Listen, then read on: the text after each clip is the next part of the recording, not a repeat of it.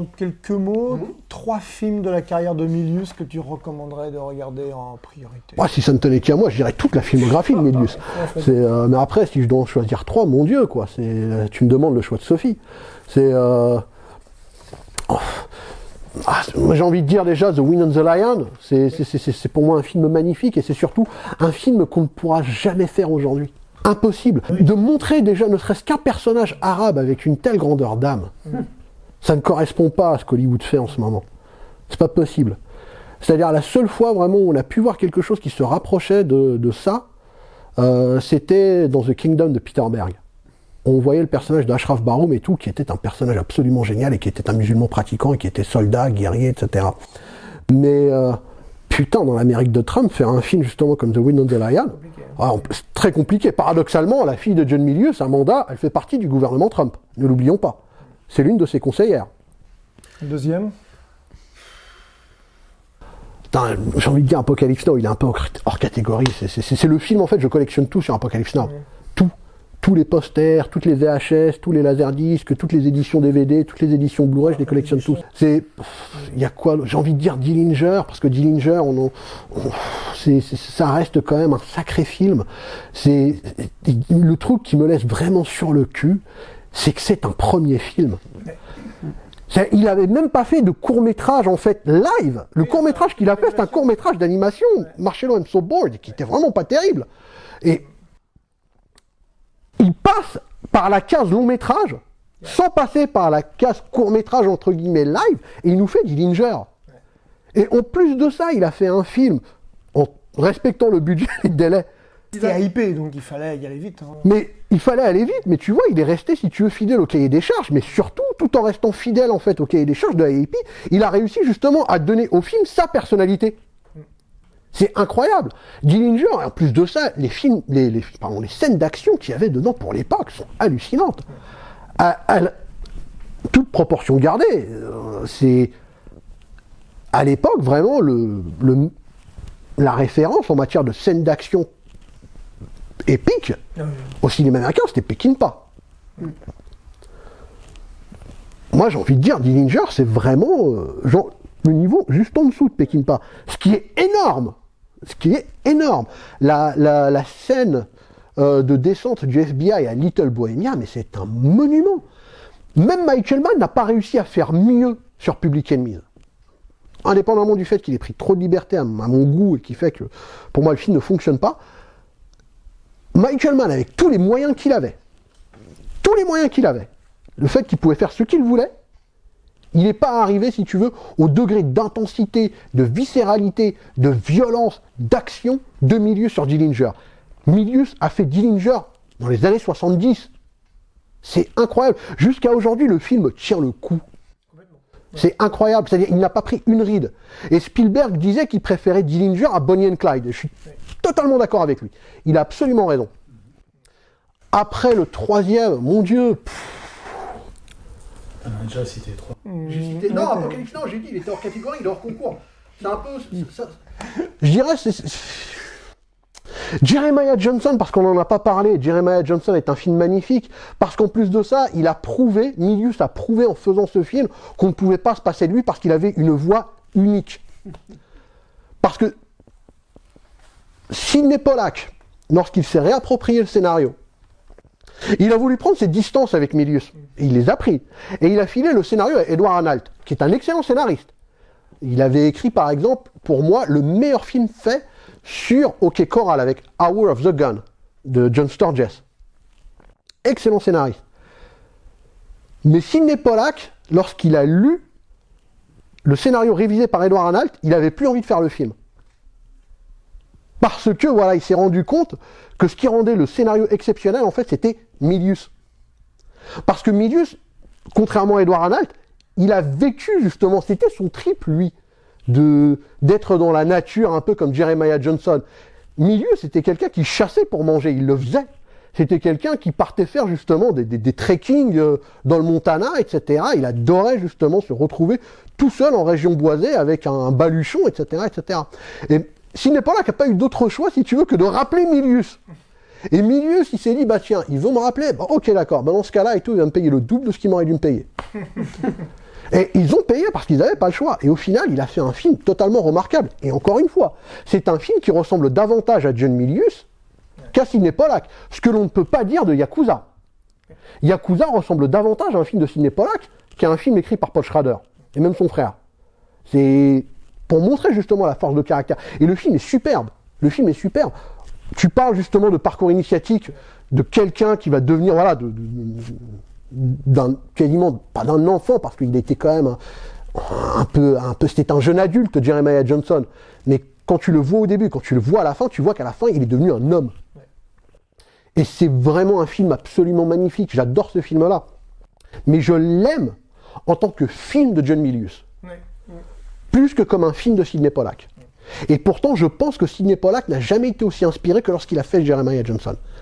Même si j'adore beaucoup de ses films, comme par exemple Les 3 jours du Condor, qui est absolument dément, je préfère Jeremiah Johnson, parce qu'il avait quelque chose sur ce film, Sidney Pollack, qu'il n'aurait pas pu trouver s'il n'avait pas eu en fait un matériau béton écrit par John Milius. C'était ce qui lui a permis vraiment de pouvoir passer, comme on dit en anglais, to the next level. C'était grâce à lui, grâce à Milius. Donc voilà, on va dire mes 3, c'est cela. En fait, c'est tout à fait simple. Hein. Apocalypse Now, évidemment. Un film incontournable chez John Milius, quand même, hein, au niveau scénaristique. Conan, parce que pour moi, c'est un film vraiment important dans ma vie de fan. Et puis que je suis un fan de Conan, tout simplement. Robert Howard. Et puis le troisième, je vais en surprendre beaucoup. J'adore un film qui s'appelle 1941. Et que lui étant producteur, il a peut-être Spielberg réussi à aller jusqu'au bout de l'histoire. Parce qu'à mon avis, ça a été un film extrêmement compliqué à monter. Et je pense qu'il fallait un monsieur comme John Milius derrière pour tenir la baraque et d'aller jusqu'au bout. Je pense que c'est pour ça que je le cite et que je suis un grand fan de 1941. Voilà pour mes 3 films du grand monsieur qui est John Milius. Alors moi, mes 3 Milius préférés, Big Wednesday, pour moi c'est le chef-d'œuvre, c'est la quintessence, c'est tout ce que contient Milius, c'est vraiment dans ce film, le surf, l'amitié virile, la guerre du Vietnam, etc. C'est un concentré de Milius et c'est à consommer à haute dose, donc c'est vraiment Graffiti Party en français, c'est vraiment pour moi le film top du monsieur. Jeremiah Johnson aussi. Il a approché le mythe des Indiens, c'est un thème qui est vraiment important pour lui. Geronimo, la femme de Dillinger est à moitié française, à moitié indienne, etc. C'est quelque chose qui lui tient à cœur. L'histoire de l'Amérique, c'est quelque chose qui lui tient à cœur, l'histoire du monde, mais surtout l'Amérique. Et Jeremiah Johnson, c'est ça, c'est le rapport de ce mec, Robert Redford, qui est beau comme un dieu dans le film, d'ailleurs, je crois qu'il n'avait jamais été aussi beau que dans ce film. Il est juste parfait, c'est un voyage, c'est un trip, et effectivement... Pollack, il n'a plus qu'à appuyer sur le bouton de la caméra pour laisser tourner. Il a un chef-op de folie, un acteur de folie, des acteurs de folie, et surtout Redford, et puis une histoire en béton. Milius disait qu'il y a 60% de ce qu'il a écrit dans le film, mais il en est très très content. Donc voilà, ça c'est le deuxième film. Et le troisième, je dirais aussi Conan. Les fans de Robert Howard l'aiment moyennement parce que, de toute façon, on a toujours l'impression de trahir Robert Howard, mais c'est quasiment impossible de faire un film, je dirais, parfait sur Robert Howard. Ça reste le meilleur Conan de très très loin. On n'avait jamais vu Schwarzenegger aussi bon, peut-être un peu dans Terminator, mais il est juste parfait. Il a utilisé le fait que Schwarzenegger ne parle pas bien anglais dans son scénario, il l'a intégré, et ça reste un super trip. Et moi, j'aime beaucoup Robert Howard. J'aime beaucoup ce film, et ce film a aussi permis de médiatiser l'œuvre de Robert Howard. Donc voilà, troisième film. Alors, qu'est-ce qu'on peut dire sur John Milius après la prestation de Fatih? Pas grand-chose. En tout cas, pour moi, Dillinger, ouais, c'est tout ce que tu as dit dessus est tout à fait exact. Moi, je l'avais vu il y a longtemps, j'en avais qu'un vague souvenir. Et là, en le revoyant dernièrement en Blu-ray, et c'est un film, déjà comme premier film, c'est absolument incroyable. Et comme je suis fan de Peckinpah, le lien se fait tellement de scènes dans ce film. Et il mérite. Et je pense que parmi Big Wednesday, finalement, je vais avouer avec honte l'avoir jamais vu, mais alors corrigez ça. Et avec Dillinger, finalement, de tous ces films, c'est les deux les moins connus et qui seraient, pour Dillinger en tout cas, ce serait bien qu'ils soient redécouverts. Sinon, Conan, ouais, finalement. Hein.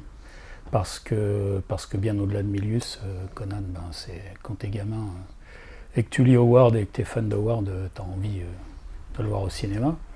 Et bien que, comme le disait Christian, pas mal de fans hardcore ont du mal à faire le lien et ont trouvé certains trucs ridicules. En fait, je trouve que j'ai relu du Howard dernièrement, j'ai vu Conan plein de fois, et je trouve que ça fonctionne parfaitement.